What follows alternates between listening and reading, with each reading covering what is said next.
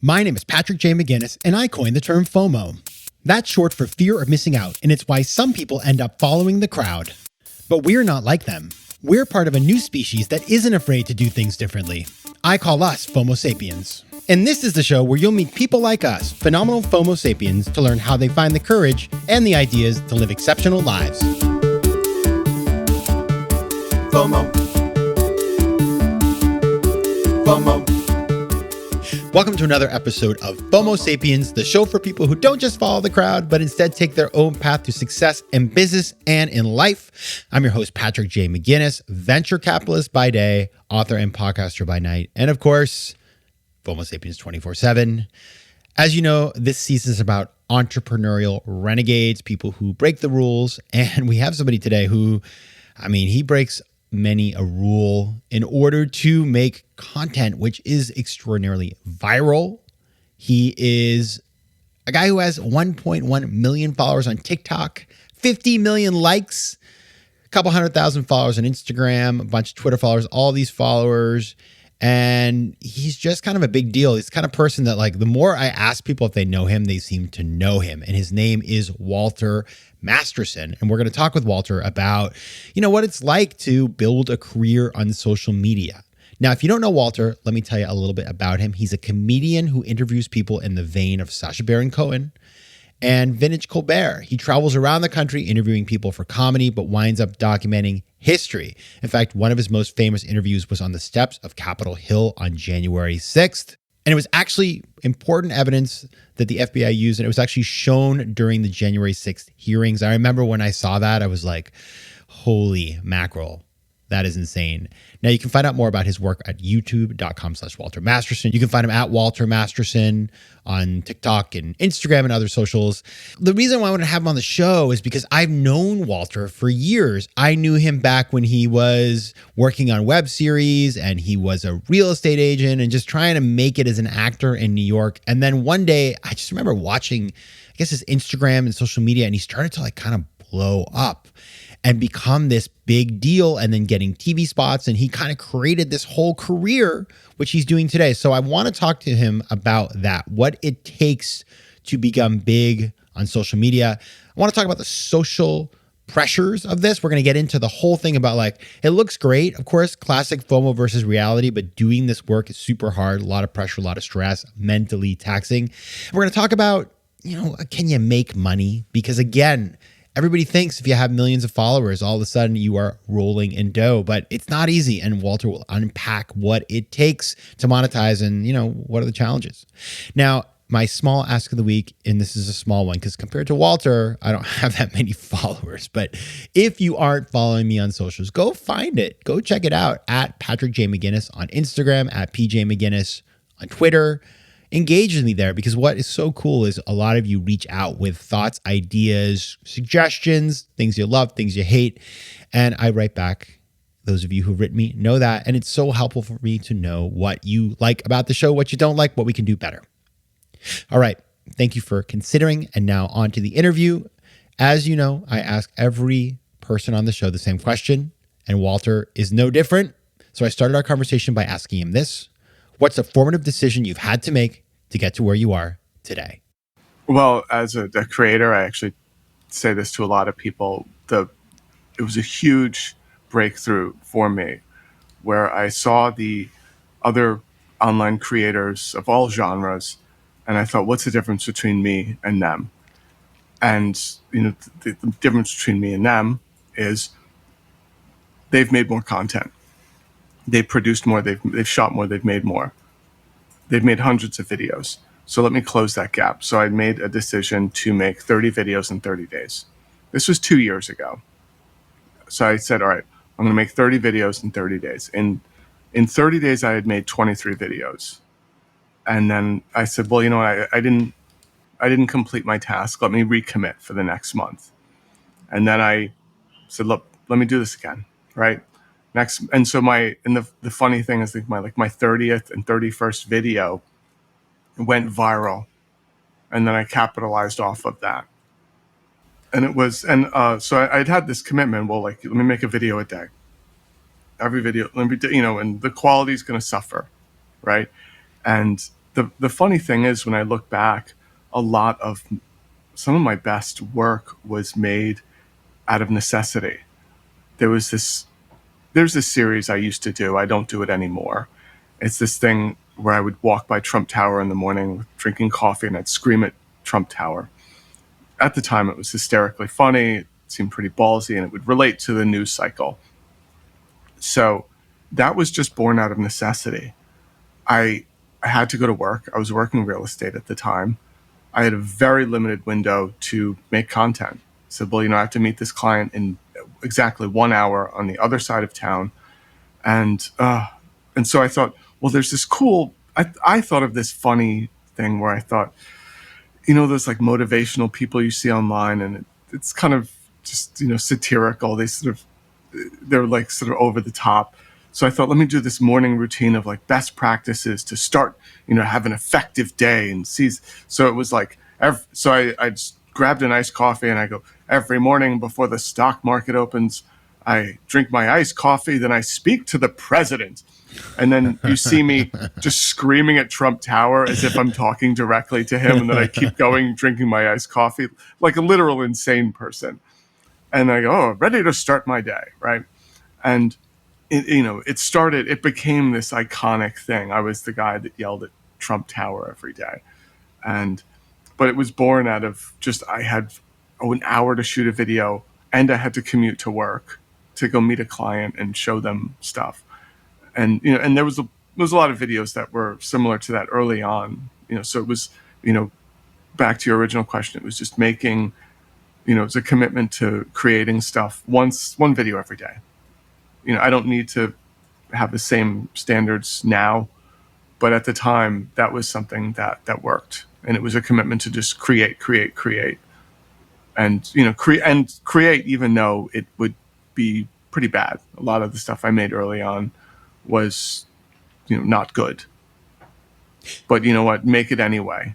And, I think that was the best part. It's the best thing about early on. No one knows who you are in the beginning anyway. So like, if you're going to write that book, write that novel, make that film, no one's going to criticize it because you're not famous. No one knows who you are. Yeah, the cost of failure is very low. And it's, I think about from the podcaster perspective, like I remember reading when I got into this whole thing, it's like the average podcast goes for 9 episodes and then there was never another one because people don't commit.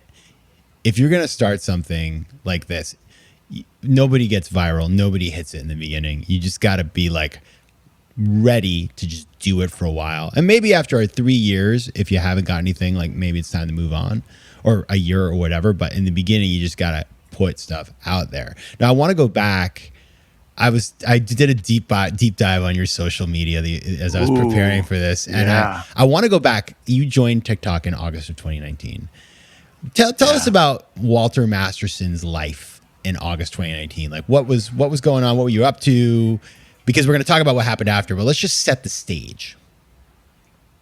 So there was this new app called TikTok. It was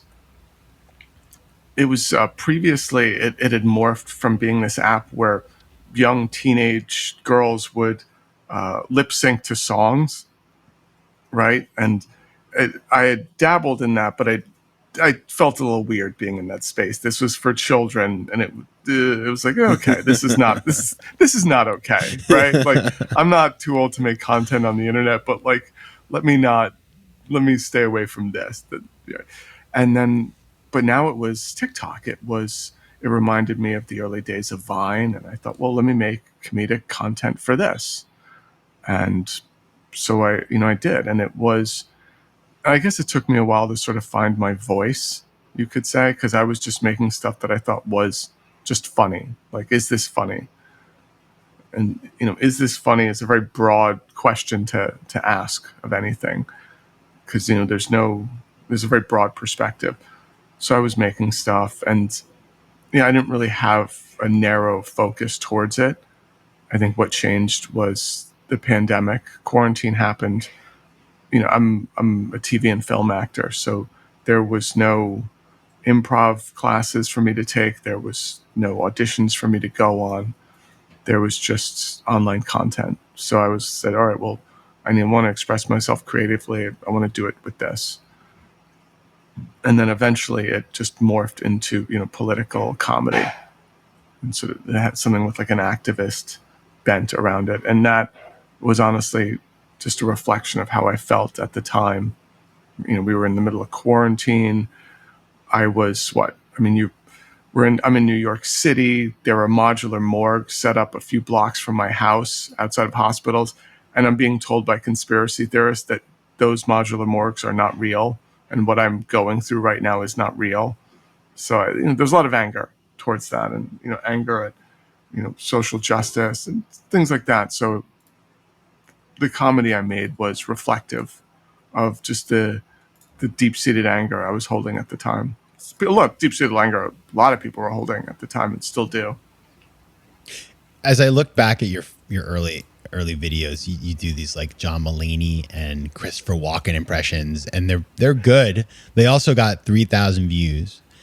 And then your first kind of pivot to politics, you did this video TikTok with a sign that's sort of like, this stretch of the highway is paid for and protected by Donald J. Trump. And you sort of mock that, and you got like 2 million views. And then you start to see, like, it's really cool to look back and see just how virality happens. Oh yeah. What's that feel like when you posted that, did you have any sense that it was going to hit, or was it just like, holy mackerel? Like, what was it? Take us through like how it played out. That's fun. Oh yeah, that is funny. So remember I was saying earlier that you do stuff that's born out of necessity. I was driving by that sign on the highway and I go, you know what? That'd be a funny thing to make fun of. Let me go back there tomorrow. I need to make a video tomorrow. Let me go back there. And I made the video, and it had juiced the algorithm because people were fighting about it, because they thought, well, you start off the video thinking I'm a Trump supporter because I'm complaining that no one is protecting this sign from Antifa vandalizing it. And then you see like an animated infographic instruction on exactly how to reach this sign and what entrance you need to do to get to it. So, and that went viral. And the thing was, well, I need to follow this up. I thought, well, when something hits, you need to like hit it hard and hit it again and do it again. And I went on this tear for, that was, because I remember that day. It was June 24th. Because I remember the day I went by. It was June 24th. And I was like, let me just go hard. Let me capitalize on this. I have this moment. And then I made that, started that series where, I walk by Trump Tower. Then I made other videos that I'm known for. And I didn't really give myself a break or take a break until sort of the end of August. Because I was just on this high where I said, all right, I need to grind on this. I need to capitalize on what I have. And I took a small break then, but then I went really hard for about a year and 2 months. And then I took a 3-month break at the end of a year and 2 months. But I remember that. You're bringing up a video that I definitely remember how I felt at the time. And, I did not have a particular brand or anything that I'd committed to. My material was it was all over the place. It could be political. It could just be very broad. It never committed to one thing specifically. FOMO.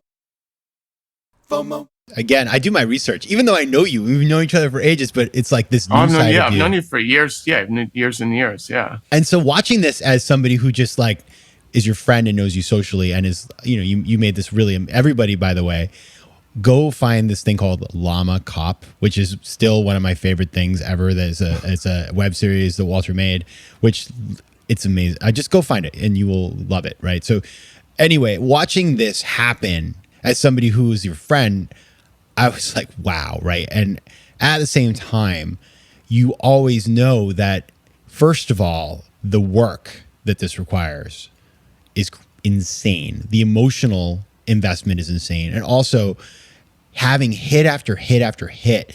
And I have to imagine this feeling is like, well, okay, I've had the success, but how do I keep it going? Because I want to keep building. And it's like, as somebody who is an actor, you're used to rejection and you're used to, having to deal with a lot of auditions and stuff. And all of a sudden you have the microphone and you have the platform and you're building this for yourself. and there's a lot of That pressure. feels great. That does feel Yeah. great after a while, because you go, okay, well, this is something that can't be taken away from me. Like, I decide. I mean, obviously, people can get their accounts banned. You can get things taken down and all of that. I've had that happen before, and that is scary. But yeah, there is a great feeling about sort of having some ownership into what you're doing. Oh yeah. And That's a fantastic feeling. how does one turn this from a, like a, I guess not hobby is not the right word. I want to call it a hobby, but how do you go from doing this in your spare time? Like, can you make this a life? Can you live off of this, or is this about building your presence? Like, how does it all It work? is, yeah. It's well, God, I'm still kind of learning that myself. I mean, it was, I'd made videos. I was making videos on TikTok, and I pivoted to Twitter and Instagram, and then now I'm doing YouTube. And so eventually it just sort of was encroaching on my job, just time wise, the time commitment. It was demanding more and more of my time, and I had to leave my job. But I really didn't have a safe place to land, really. I wasn't making that much money. That is kind of the funny thing about being in the online creator space, is that it becomes very fragmented, because you're deriving income from so many different areas. And until you are sort of at a top higher level, you can't really get a steady income from a lot of things. So I found the landscape has changed from where I'm getting income, where I'm deriving income. I mean, when TikTok had a creator program that they started where they're paying creators, they used to pay a lot. Then as their app became very popular, they said, well, we don't really need to pay our creators anything. So they diluted the funds that they were giving people. So I went from making a few thousand off of TikTok each month to making just a few hundred for, very similar results and the like. So that landscape is always changing. There's brand deals, there's opportunity, and that is always shifting. So a lot of times what you want is to sort of use social media and the online creator space to transcend, to get to this next level. I'm still trying to discover what is next level, whether it's selling a show, selling a project, and something like that. Yeah, it's building upon what you have. But I think what you highlight there is really important, is that people think that when you have a huge following, then all of a sudden, like, it's just, you're just banking it all the time. And maybe you do if you're like, you're opening, boxes for a million brands. But probably, like, a lot of my friends who are big on social media, they get a lot of fringe benefits. Like, everybody wants to hang out with you. Everybody sends you free stuff. But the monetization part, that is the part that is harder to unlock. And you've got to just build steadily. There's not the overnight sort of, people just think it's going to be like you become huge and suddenly you're just like buying a house in Malibu. That's not necessarily the case. Well, it's weird. Some people do. So I mean, I know creators that have incredibly large followings that do not make a lot of money, and yet you find people that just literally pop up out of nowhere, and you're like, how do you have this much money? Like, what are you doing? So yeah, there's no rhyme or reason to it. Personally though, like, the content I make sometimes isn't the most brand friendly. And I entered into this knowing that, like, in the beginning when brands would contact me to work with me, I would look at them like, wait, really? You want to actually work with me? I thought, how is my brand conducive to this, to this liquor product that you're trying to sell? But sure, whatever. So it is kind of random. I mean, sometimes I do wish that I had a branding that was a little bit friendlier towards, people, and not as, outwardly polarizing. Yeah, it's a trade-off, because the polarization, though, that I think you tap into something in the content that you make. I mean, that really does. As I was just looking at who I know that follows you on Instagram, and a bunch of people that are like famous people that I follow you, and then some friends of mine who, Oh, that is, I got to talk about that. That yeah, is like get into that. cool. No, but that is, so that was like this revelation. Like you go to follow someone that is famous, and then there's a button that says follow back, meaning like, no, they're like been following you. And then, there was, I'm not going to say the name of this person. There was some famous person, and, I had a friend that was saying, oh, it's kind of cool. I noticed that this person follows you. And I go, oh, that's kind of interesting. Who is this person? And I actually didn't know who they were. They're very well known. And then I go, maybe I should send them a message. I go to send them a message, and I find out that I've been having a conversation with them for a few months. Like we've just been going back and forth. They'd message me and go, oh, I like that video. That kind of reminds me of this. And I go, oh, yeah, you're right. And it was kind of funny. It's like, oh, well, like we've been talking. But that is cool to look at people and go, well, like this person who I admire, is, they're an admirer of mine. Like, someone you've been watching them on TV for decades, and all of a sudden you're like, oh, they're a fan. Like that's cool. And there's because you get notifications on TikTok when that happens. Like if I'm following someone famous and then they follow me back, like that, they'll say like, oh, you're friends now, and I'd be like, huh. Yeah, and you're like I'm going to slip into those DMs right now. Yeah. And sometimes you get to like have cool conversations with people. Sometimes people are just on some next level where they're like, you're not talking to them about anything. FOMO. How does it feel? I mean, I'm always curious when you have that kind of, we think about some of the stats just so people have a sense. Like we're looking at TikTok here, 1.1 million followers, 50 million likes, 180,000 followers on Instagram, 150K on Twitter. So you got all the platforms. But yet, it's not like, you're going into a crowded theater like an actor on Broadway and you're getting the applause every night. Can it feel lonely? I mean, when a video really hits, like, do you get the same little adrenaline or dopamine hit as you did in the beginning? Or is it more rote now? It's sort of like, well, this is my job. This is what I do. Yes and no. So, I mean, sometimes, going viral or hitting the front page of Reddit, I've done that before. So it is cool. It's like, in the beginning, it was something where I couldn't concentrate on anything else because, like, oh well, this is happening right now. Like, oh my god. So I do appreciate those days where I'll just upload something and I'm so busy or preoccupied that I don't notice how successful something is, and I'm not as obsessive about things and metrics and all of that.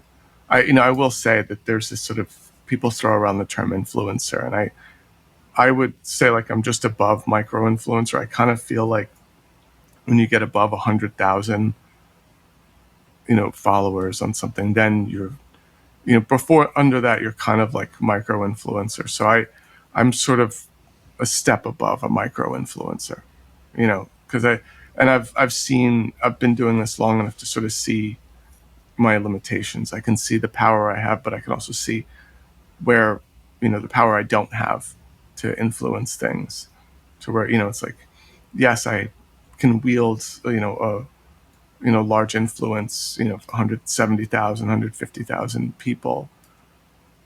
But, I'm aware of the limitations of that, where I can, only do this, I can't do that. So that, I've come up against that firsthand. In the beginning, it was cool as hell. I was like, this is amazing. There's 100,000 people, 150,000 people that just like my stuff. Like, this is weird, right? Like, this is right. And then I started getting recognized in the street. That felt weird. I was like, what? Then I got recognized at work, and I was like, okay. I was like, this is becoming weird, So, but it is still cool, for like all that stuff to happen. Now you do some pretty kind of, I would say confrontational, maybe the word, or just very political stuff where you're going, and folks go check this stuff out. Like you'll go to a QAnon rally or some sort of QAnon event, or you'll go to like a Proud Boys rally. You were at the Capitol on January 6th. Like you have been at the front row for some really intense stuff that can be violent and dangerous for you personally. I'd Yeah, love to so just, that's do you want to share a yeah. story with us of like something, just so people have a sense of So what you've been doing? just so everyone that doesn't know me has a sense of what I do, I set out always to make comedy in this vein of like a Borat, Sacha Baron Cohen, vintage Stephen Colbert thing. That I've always been fans of them and like Tom Green and that type of comedy that was made. So I'll go to these rallies pretending to be a Trump supporter, and I'll talk to them and ask them questions and get them to trip themselves up and say stupid things. The problem and what winds up happening is it winds up becoming journalistic because I wind up being in key places and seeing things that no one else sees. So I went to Capitol Hill on January 6th with the intent of just getting comedy. I thought, well, maybe I should get out of there before everything gets a little crazy because, it might get a little crazy. So just, get in, get out. What I didn't expect what happened to happen. For those of you who don't know, I had wound up on the steps of Capitol Hill during everything, and I was witness to all of it. The FBI came and visited me to, ask me for all the footage I had that day. The January 6th commission featured one of my interviews during, the hearings, which that was trippy. I was just watching the hearings and then I'm seeing myself featured. That was wild.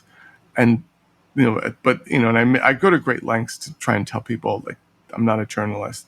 I go to make comedy and I wind up, it winds up becoming journalistic, but that was never the intent. And I would never brand myself as a journalist because investigative journalists do very real work.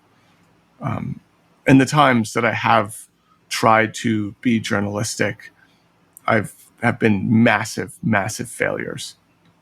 I mean, because, that's another problem. I have a very big following, and reporting something that is not correct or even, slightly incorrect, has very damaging consequences. And there's been times when I've made huge, egregious errors where it was like, okay, let me not be anything in the realm of journalistic.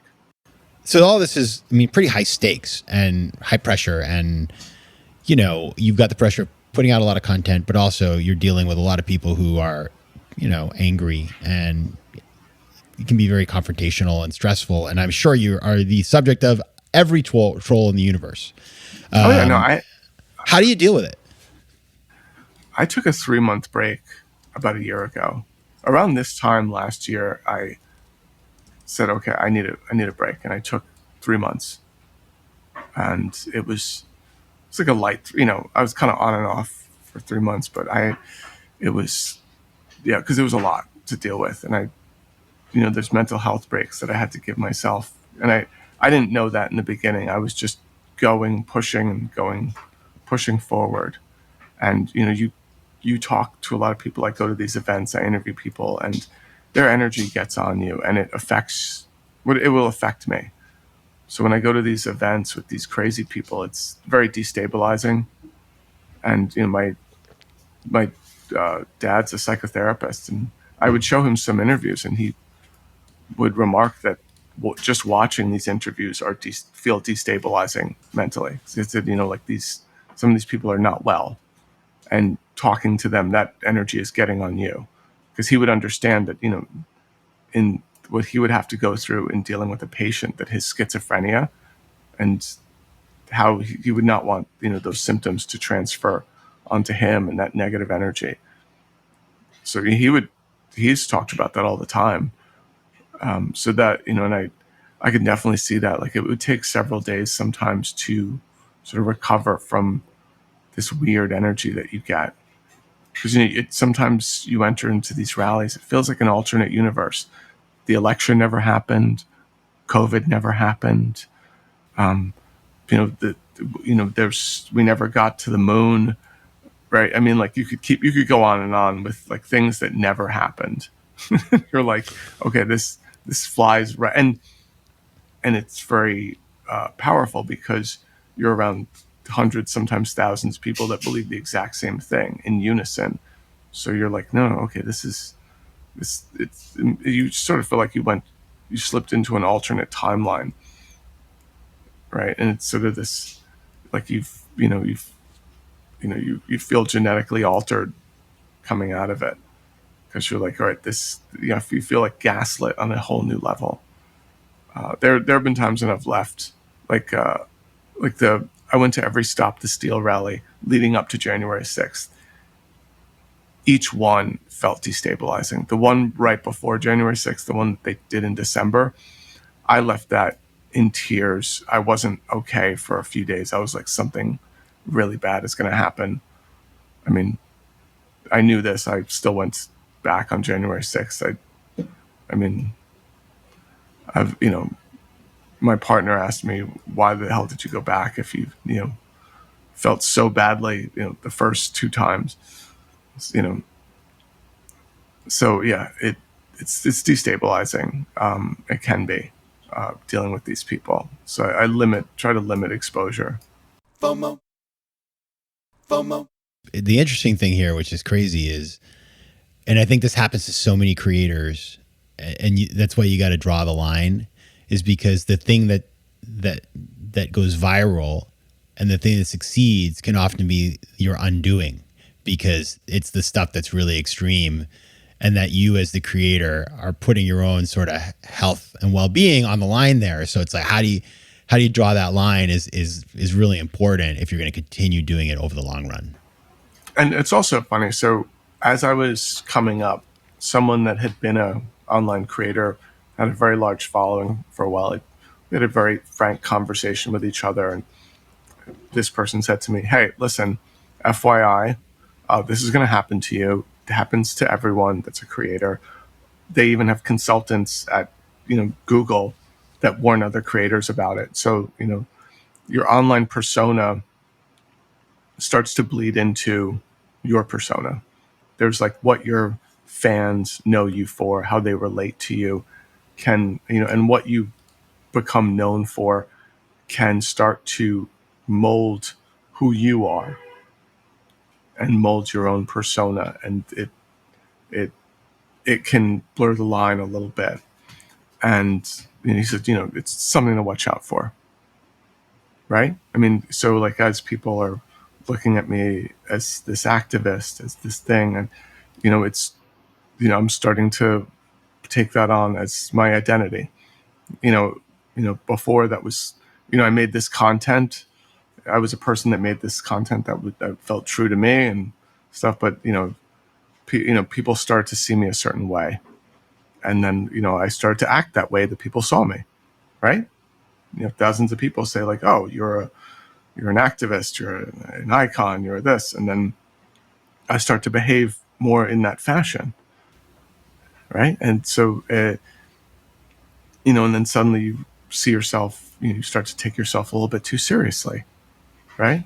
I mean, we've seen this play out in the news multiple times where some public figure will start to believe their own press clippings, and you blur that line. So in that, I've he said that to me at the time, and I was like, okay. And then then to watch it play out, I was like, oh, okay, this person was 100% accurate in how this is going, right? At the time he said it to me, I mean, I was known, but I wasn't, you know, as well known as I became later on. Now, so, a lot of people, probably not everybody listening, because my listeners are all running around doing 5,000 things. So maybe this isn't their dream, but it is true. I gave a talk once at like a elementary school, and I asked what people wanted to be, and like uniformly 95% of the kids said they wanted to be an influencer, a YouTuber, something like that. And so as somebody who has done this, like you came from, really, like a normal person, just whatever, to being somebody who has a huge following, has really built something over the years. What would be your advice to somebody who says like, I want to do this. I want to be an influencer. I want to build a huge following online. Like, what is the piece of advice you would give them? Yeah. So, I mean, what it is just, it's about just finding, it sounds so corny, it's finding your voice and finding something that's true to you. Because I think that was, yes, making content was was a turning point for me. Obviously, like making it consistently, started to change things. But as I was doing that, I found something that was authentic to me. And, as you're speaking from your authentic voice, as corny as this all sounds, you know, that is resonant with people. Like, other people can resonates with them. They go, you know what? I feel the same way. I have the same interests. I have the same concerns. I have the same, I find the same things funny. I find the same things not funny. And, I feel like the online space is large enough for, everyone's interest and micro interest. I mean, if you like finance, if you like, DIY projects and stuff like that, there's a space for that. There are people that share that interest, and that, you find each other. And, as long as it's something authentic. And you do see people online, and, where it's just, they don't really have a real identity. They're just trying to, be likable to everyone all the time. You know what I mean? Like, I never, I never like sought out to be an influencer. I just was like, let me get a lot of followers and, be able to, make content. And I mean, it was just like, let me be an entertainer. I just wanted to entertain and, not do my day job. I was like, I don't want to do real estate forever. But yeah, that is funny. You had a bunch of kids that all of them said, I want to be, they didn't say I want to be a cowboy, an astronaut, a fireman. Oh, and they said, I want to be an influencer. That's wild. Like, how old were these kids? Elementary school? Third grade. It was influencer number one, like, and then way down the list, illustrator. So that's just data for you. And I think your advice is good. I mean, at the end of the day, it's sort of like, nobody can be you as well as you can. So find the you that is most core to who you are and just go out and be yourself. And, the other thing is, you look at the online influencer space, and it does look very crowded on the outset. But as you look look inside, you see a lot of people, they come and they go. This is not something that people can do long term. People start to burn out. Financially, they burn out because they don't see any payoff, right? I mean, how long are you going to keep making something and have it not yield any return before you go, you know what? I got to figure out something else. I have to, I have a household to provide for, and so on and so forth. So, I see that a lot. I mean, I go through that myself. There's months that are unsuccessful where I'm like, all right, what am I even doing here? And it is fun though, like to have someone come up to me on the street and go, you know what, like last year was very stressful. Around the election time, you actually got me through that election, and thank you. And, I despair about what's happening in the world, and then I see your comedy, and it sort of gives me energy and gives me the serotonin and, dopamine that I need to move forward and stuff. So that is reassuring to go, all right, you know what, like this is having an impact, because, you just see a bunch of numbers as you upload a video. It's not always, it's not as telling. Yeah, there's a lot more behind the metrics. Everybody go check out Walter's content. You will learn what we're talking about. YouTube.com, Walter Masterson. You can see all of this long form content that I make, where I go to these crazy fringe rallies, gun shows, QAnon rallies, and interview people. And you can see a side of America that you normally would not get to see. You're not going to see it really in the media. You're not going to see people speak, I don't go to these things to really debate people. What happens is I go there, as them, and they tend to speak to me very agreeably, and they say a lot more than they would if they were being, guarded about their speech. So go check it out. Walter Masterson, thank you so much for being here. Thank you so much, man. FOMO. If you like today's show, please be sure to rate it and recommend it to your friends. And as always, you can find me on Instagram at Patrick J. McGinnis, on Twitter at PJ McGinnis, and on the web at FOMOSapiens.com or PatrickMcGinnis.com, where you can get all kinds of free resources to live a more decisive and entrepreneurial life. FOMO Sapiens is recorded in New York City. Theme music is by Mike McGinnis, and editing and post-production is by Josh Elstro. If you like today's show, please be sure to rate it and recommend it to your friends. And as always, you can find me at FOMOSapiens.com and at PatrickMcGinnis.com. To advertise on FOMO Sapiens, reach out to contact@FOMOSapiens.com. FOMO. FOMO.